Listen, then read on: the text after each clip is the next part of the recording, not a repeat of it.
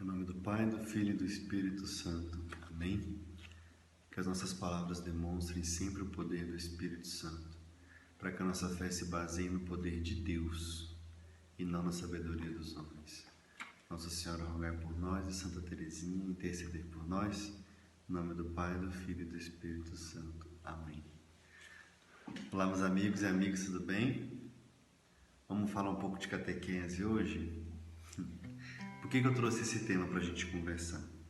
Porque a catequese ela tem uma importância gigantesca, né, na nossa Igreja Católica, né? Através da catequese a gente consegue aí orientar sobre a luz do Espírito Santo, né? As pessoas, né, que ingressam na Igreja Católica, os nossos batizados, os nossos crismandos, né, quem vai fazer também a crisma, a primeira Eucaristia.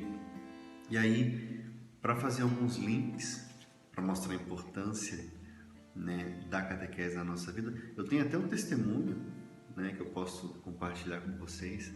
Sempre fui católico a vida inteira, mas a minha catequese que eu tive, ela foi mostrada através dos anos, ela foi testada através dos anos, né? E mostrou que não foi uma catequese bem feita, se for pensar, né? Sei lá, por N motivos talvez não foi, porque, por exemplo, quando eu mudei da cidade que eu fiz a minha catequese e vim para onde eu moro, né? Eu frequentei, por exemplo, o Centro Espírita há muitos anos, sendo católico. E na minha cabeça, isso não tinha problema nenhum, né? Eu não, gente, eu acho que não tem problema não. E aí, conversando com algumas pessoas na época, as pessoas até me falavam assim, não, Thiago, mas espiritismo não é religião, é doutrina, é diferente. Aí eu ficava assim, tá. Só que na cabeça, tipo assim, ixi, não entendi nada. E aí você vai se perdendo na sua fé. E eu me perdi na fé por muito tempo, mas se me perguntasse, eu era católico. Agora hoje, graças a Deus, né, eu me encontrei de fato. E aí, cada dia que passa, eu vou desbravando, né, esse mundo lindo que é a Igreja Católica. E eu queria compartilhar com vocês um desses pedaços desse mundo maravilhoso, né? Aqui no Catecismo, no item 427, no parágrafo 427, fala assim, ó: na catequese é Cristo, Verbo encarnado e Filho de Deus, que é ensinado. Todo o resto está em relação com Ele. Somente Cristo ensina. Todo outro que ensine o faz na medida em que é seu porta-voz, permitindo a Cristo ensinar por sua boca. Então a gente permite que Cristo ensine usando a nossa boca. Todo catequista deveria poder aplicar a si mesmo a misteriosa palavra de Jesus. O meu ensinamento não veio de mim mesmo, mas daquele que me enviou. Olha que lindo, porque Jesus falou essa frase, né? O meu ensinamento não veio de mim mesmo, mas daquele que me enviou, que é o Pai. Então aqui o catecismo nos motiva, né? Nos exorta aos catequistas, aos leigos, né? Dos ministérios também que pregam, os pregadores, de trazer essa frase para o seu dia a dia. O meu ensinamento não vem de mim mesmo, mas daquele que me enviou, que no nosso caso é o Cristo. Lembra que Jesus falou, né? Eu vos envio, né, a toda criatura, levai o Evangelho. Então Ele nos enviou. Então o nosso ensinamento não vem de nós mesmos, mas vem de Jesus, né? E aqui no item 85 fala assim: o ofício de interpretar autenticamente a palavra de Deus, escrita ou transmitida, foi confiado unicamente ao magistério vivo da Igreja, cuja autoridade é exercida em nome de Jesus Cristo, isto é, foi confiada aos bispos em comunhão com o sucessor de Pedro, o bispo da Igreja. Então, o ofício de interpretar todas as Escrituras, isto cabe aos bispos, né, que receberam isso, que estão em comunhão, né, com o Papa, e que este está em plena comunhão também com os bispos, né, e isso veio passando desde Jesus Cristo, atravessando pelos apóstolos que eram bispos, né, que se tornaram bispos, até chegar nos bispos das nossas comunidades. Então, quando a gente fala, nós, né, que estamos aqui para ajudar a trazer a fé, né, para os nossos católicos, quando a gente fala que a gente tem que falar, né, trazer Jesus na nossa boca, na verdade, toda a nossa fala tem que ser baseada em o que o magistério nos ensina, né, o que os bispos nos ensinam.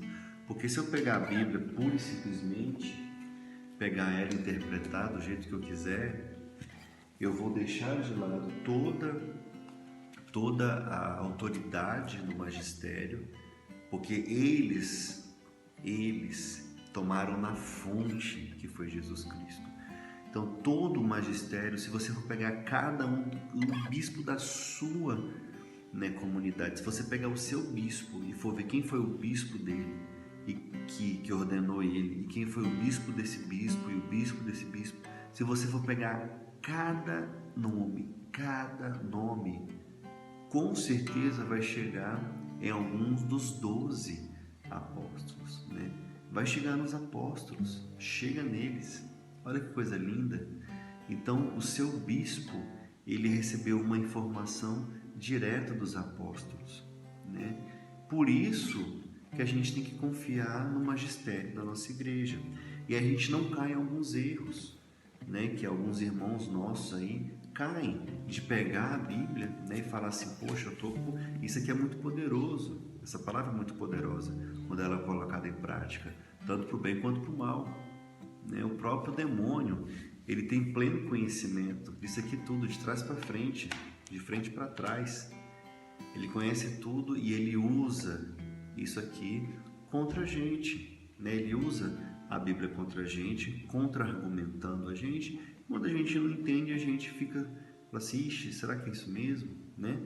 Então, por exemplo, se a gente pega aqui na nossa Bíblia, eu separei aqui duas passagens que eu acho muito interessantes, que trazem essa reflexão. Por exemplo, aqui em João capítulo 3, a gente tem aquela passagem que Nicodemos fala com Jesus, né? Que aí Jesus fala que é preciso nascer do alto, né? Nascer de novo. E aí Nicodemos fala, mas como é que eu posso entrar no ventre da minha mãe mais uma vez, né? E nascer novamente? E aí Jesus fala, quem nasce da carne é carne, quem nasce do espírito é espírito. E algumas pessoas falam assim, então ele está falando da reencarnação.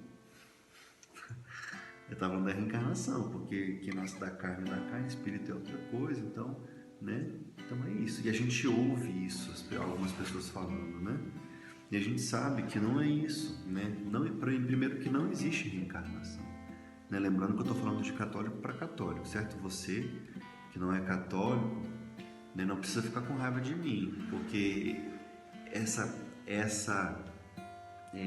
bate-papo, essa conversa é principalmente para os católicos, né?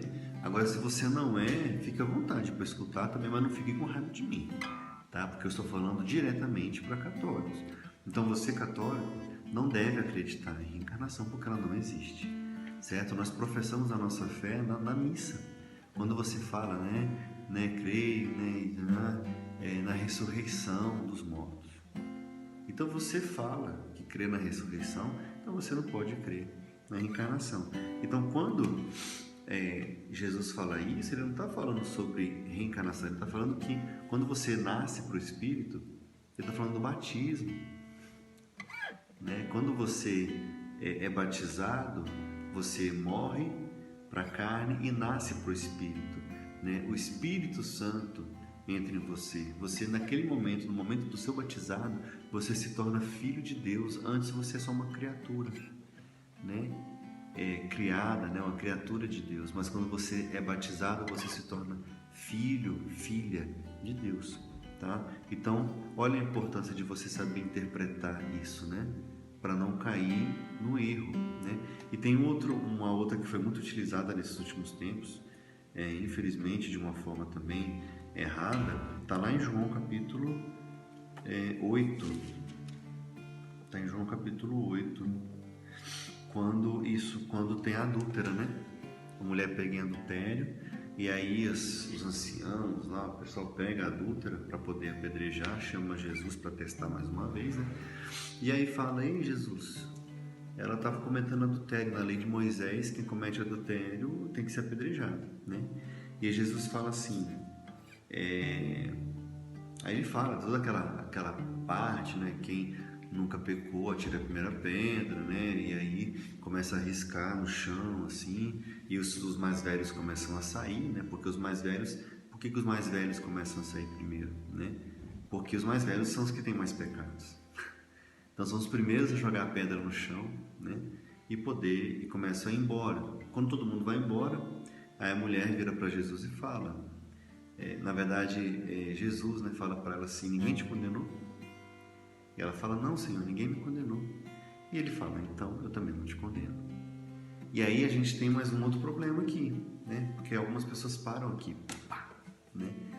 E quando você para nesse momento, você pode fazer uma pregação linda, você pode fazer um ensinamento lindo parando aqui, né? Falar que Jesus é amor, né? Que Jesus é compaixão, misericórdia, né? Tá vendo? Então Jesus não condenou ela, né? Jesus veio para salvar, e aí ele abraçou ela e tal, e ela chorou e não sei o que. E na verdade, ele fala logo após isso, né? Ele fala assim: ninguém te condenou, eu também não te condeno, porém vai e não peques mais. Essa frase, ela é a mais importante de tudo ali, né? Porque Jesus veio trazer a conversão do mundo. Você imagina, a missão de Jesus era morrer por nós, né? Para a gente poder, né, nos salvarmos. Ele veio para limpar os nossos pecados. E aí de repente ele vem para limpar, para lavar todos dos nossos pecados através do seu sangue derramado. E ele não vem para falar que, pessoal, eu estou vindo aqui para poder salvar vocês, mas vocês têm que parar de pecar, né? Ou será que ele veio só para salvar e não necessariamente eu preciso parar de pecar porque eu já estou salvo mesmo? Não, não é. A gente sabe disso. Então ele fala: não peques mais. E aí a gente mostra que a gente precisa falar essa frase, a gente precisa interpretar dessa forma essa passagem, porque foi a forma que Jesus ensinou para os apóstolos. Eu posso falar aqui de solidariedade, compaixão? É claro que eu posso, claro que a gente pode, a palavra também ensina isso, porém ela vai mais além, ela fala de conversão, né? Então é isso, meus amigos, eu queria trazer essa importância para vocês, né, da catequese bem feita, né? Você catequista ou você catequizando, né, que está aí começando ou que já está na caminhada, é importantíssimo, né, que nós nos preparemos sempre, que nós estejamos presentes nesses momentos para poder aprender de fato, né, o que Jesus quer nos ensinar, né? Então, que cada um dos catequistas, né, que tem esse trabalho muito bonito, que eles deixem que Jesus, que foi quem vos enviou, né? Jesus enviou cada um de vocês, que vocês deixem que Jesus fale por vocês, né?